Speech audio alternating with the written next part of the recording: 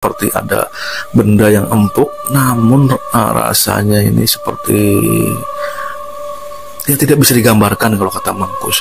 Kenapa? Karena dia seperti wajahnya ini seperti ditabuk, namun bukan dengan menggunakan tangan. Jadi seperti menggunakan benda yang teramat lembut. Nah, akhirnya Mangkus ini membuka matanya dan betapa kagetnya. Ternyata yang menyentuh atau menabuk bagian wajah dari Mangkus itu bukan tangan, namun sebuah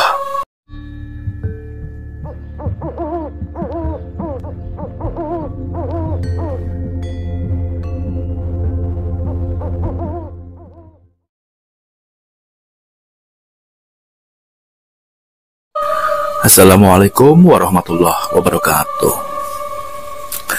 Mang Engkus masih ingat betul kejadian ini sudah berlangsung 30 tahun yang lalu, di saat Mang Engkus pada saat itu masih berusia belasan tahun. Mang Engkus ini berasal dari daerah salah satunya di wilayah Tasikmalaya, Jawa Barat. Pada saat muda itu Mang Engkus ini pernah punya pengalaman yang mengerikan. Jadi pada saat itu Mang Engkus ini berdagang dengan cara kredit. Kredit ini alat rumah tangga, ya bermacam-macam. Itu ada panci, piring, segala macam, bahkan juga pakaian. Ini menggunakan dipikul. Jadi pada saat itu di wilayah Jawa Tengah, Mang Engkus ini, dia ini di salah satu desa, dan di desa itu Mang Engkus ini punya banyak pelanggan. Namun naas, pada saat itu setelah menagih dan berkeliling jualan juga, Mang Engkus ini kemalaman. Kebetulan desa tersebut memang wilayahnya ini perbukitan, yang dimana rumah dengan satu dan yang lainnya ini berjauhan. Karena sudah dianggapnya sore, apalagi sedikit lagi gelap, ya akhirnya Mang Engkus ini pun segera merapikan dagangannya. Ke arah pulang ini akan melewati berbagai medan yang tidak mudah. Mang Engkus ini akan melewati ya seperti hutan, namun hutan di sini adalah hutan rakyat, yang dimana di situ ada sekali banyak tanaman. Selain itu juga perkebunan. Itu sebentar lagi maghrib. Mang Engkus ini dengan langkah yang semakin dipercepat, ya, dia berharap dengan langkah yang cepat ini akan segera sampai ke kontrakannya. Makin lama makin gelap. Mang Engkus ini juga sedikit panik. Itu rasa haus ini sangat terasa di tenggorokan, seperti mencekat atau mencekik lehernya. Yang menyedihkan, air yang dibawa Mang Engkus ini sedikit lagi memang sudah habis, tinggal beberapa teguk lagi. Sedangkan medan yang dilewatinya ini jarang sekali menemui rumah. Biasanya kalau ada rumah kan Mang Engkus ini setidaknya ia bisa meminta air minum. Nah, kembali lagi ke cerita. Mang Engkus ini karena saking atau terlalu lelahnya, namun karena memang dikejar oleh waktu, Mang Engkus ini pun ya agak setengah berlari.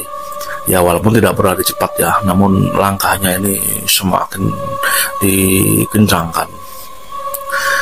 Ada satu masa di mana Mang Engkus ini sudah tidak kuat lagi, dan dari jauh di tengah keremangan maghrib, Mang Engkus ini melihat ada sebuah pondok di pinggir jalan. Wah, ada warung nih, bisa istirahat di sana. Itu yang tiba-tiba terfikir di pikiran Mang Engkus. Nah, sambil setengah bertenaga dan juga semangat, Mang Engkus ini semakin mempercepat langkahnya. Namun memang ada yang aneh kalau kata Mang Engkus. Anehnya begini, kalau memang itu warung makan, kok tidak ada lampunya ya? Ya, tapi karena sudah kondisi urgent, ini Mang Engkus pun akhirnya meletakkan pikulan dagangannya. Dan ketika masuk ke dalam warung yang itu terbuat dari hampir semuanya bambu, bahkan atapnya ini menggunakan seperti alang-alang. Dan ternyata di dalam warung itu memang ada lampu, namun lampu yang terbuat dari teplok. Dan di dalam warung itu memang ada berbagai jenis makanan. Nah, ketika masuk, Mangkus ini melihat warung itu kosong. Ya, akhirnya Mangkus pun assalamualaikum ya. Dari dalam ini tidak ada jawaban. 1-2 menit tidak ada jawaban nih. Namun tiba-tiba Mangkus ini kaget karena tiba-tiba di belakangnya itu sudah ada perempuan. Perempuan ya masih muda, kisaran di bawah 30 tahun. Nah, yang mengagetkan itu suaranya. "Ada apa, Mas? Mau makan?" kata perempuan itu. Dan karena memang datangnya tiba-tiba, Mangkus pun kaget. Sambil membalikan badannya, Mangkus ini terperanjat sambil berkata, "Enggak makan, Mbak. Saya mau minum aja, ini haus. Kalau ada, saya minta airnya." Nah, perempuan itu bilang, "Waduh, Mas, airnya habis. Gimana kalau menunggu sekitar setengah jam? Nanti kalau memang airnya sudah matang, ya, kira-kira Mas mau nggak?" kata perempuan itu. Namun memang yang berbicaranya dengan nada yang datar, hampir tanpa ekspresi wajahnya. Nah, kembali lagi ke Mangkus ya. Mangkus pun bilang, "Iya, nggak apa-apa, Mbak, saya tunggu." Nah, akhirnya perempuan itu pun masuk ke belakang yang mungkin itu ya, itu dapur. Akhirnya apa? Perempuan itu keluar lagi sambil bilang, "Silakan Mas, duduk-duduk dulu sambil menunggu air matang." Nah, akhirnya Mangkus pun mengikuti perintah perempuan itu. Dan dia ini merebahkan, ada memang di dalam itu, di dalam warung, sebuah bangku panjang yang ada senderannya. Nah, Mangkus pun merebahkan tubuhnya di sana. Ya pikirnya, nunggulah sebentar-sebentar, siapa tahu tidak terasa. Dan di saat itu memang waktu ini sudah gelap. Dan anehnya perempuan itu memang tidak menyalakan lampu yang lain. Yang ada ya lampu yang memang sudah ada dari tadi. Nah, kemudian sambil rebah-rebahan ini Mangkus mengipaskan topinya yang terbuat dari anyaman pandan sambil dikipas-kipaskan ke tubuhnya yang memang masih berkeringat. Tidak terasa Mangkus ini ketiduran. Di dalam tidur itu seolah-olah ini Mangkus mimpi yang aneh-aneh, yang sangat menyeramkan. Belum sempat ini ketakutan di dalam mimpi itu hilang ya, karena di dalam mimpi itu dia mimpi dikejar-kejar seperti sosok yang berbulu yang sangat padat. Nah, tiba-tiba di mukanya ini seperti ada benda yang empuk, namun rasanya ini seperti dia tidak bisa digambarkan kalau kata Mangkus. Kenapa?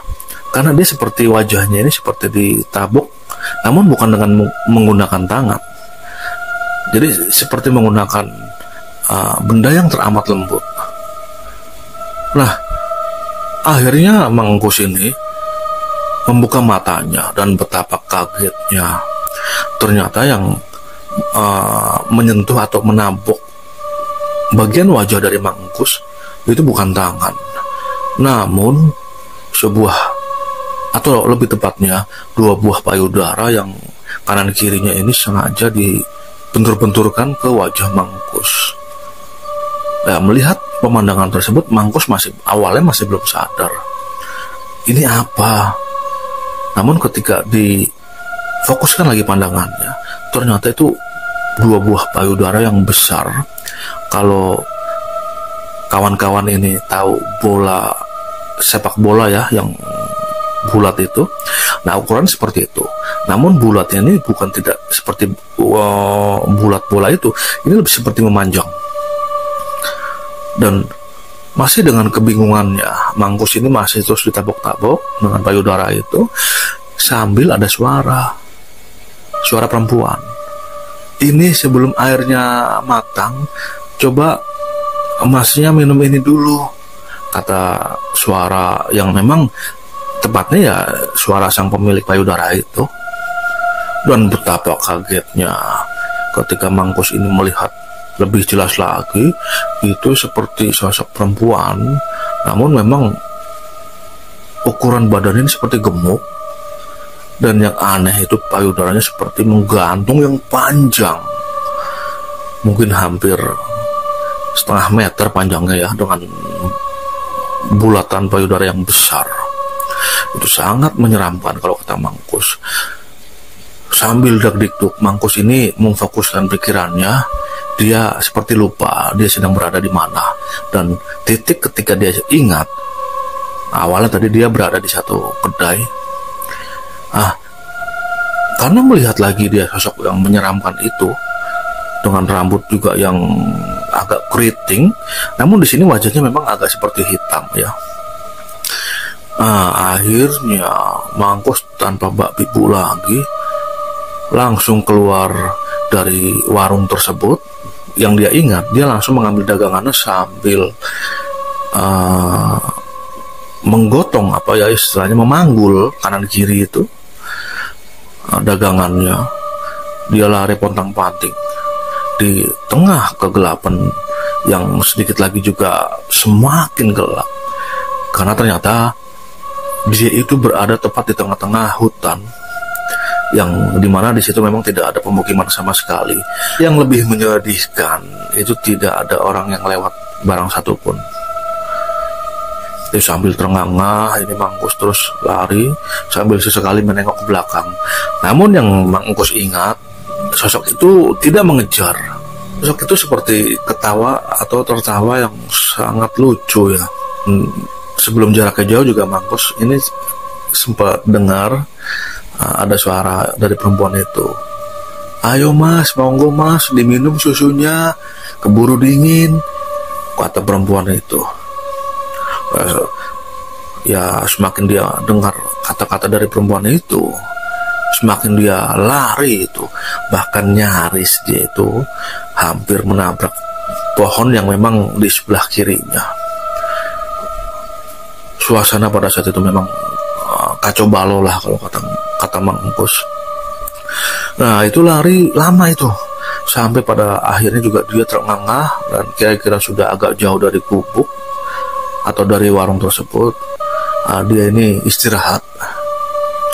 Namun ya itu tidak juga ada orang lewat, yang anehnya. Nah akhirnya dia mungkin beristirahat 2-3 menit. Nah di situ dia merinding lagi. Ya karena dia merinding, akhirnya dia lari lagi sambil istilahnya menggotong dagangannya yang memang dipikul ya, memikul gotongannya itu yang memang depan dan belakangnya itu kan memang dagangan beliau. Sambil lari ya, kalau ditaksir berat bebannya itu depan belakang itu lumayan, mungkin ada hampir 30 kilo.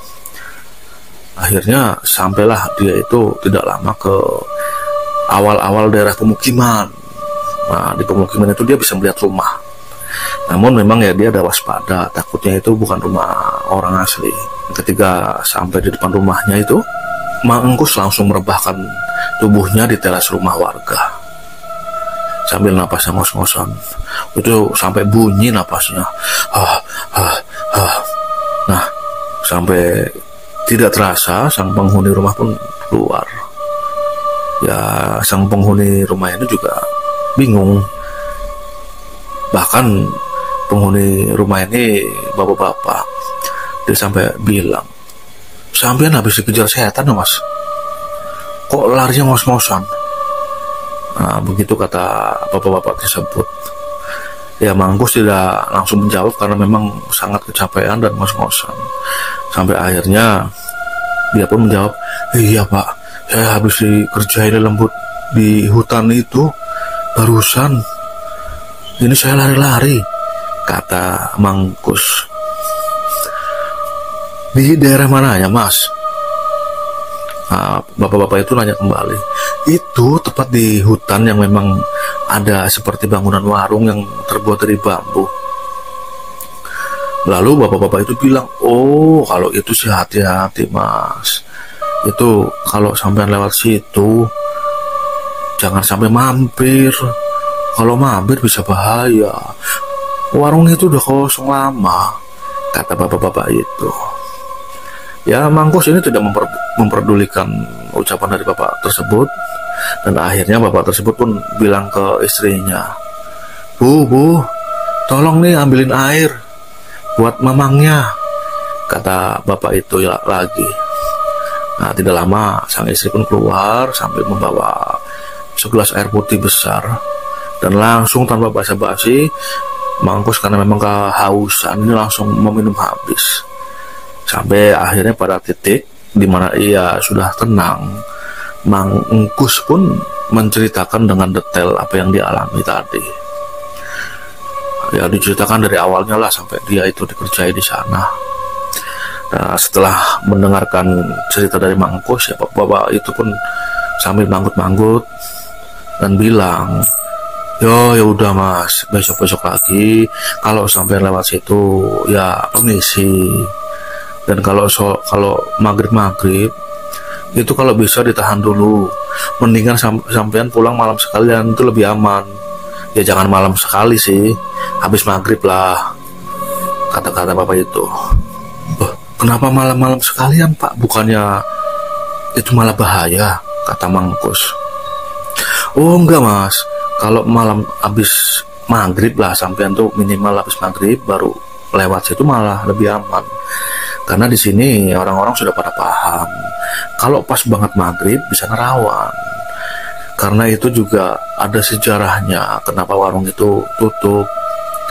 Jadi dulu ada yang punya warung itu memang masih muda lah, itu sakit sampai tidak ketahuan meninggal di warung itu.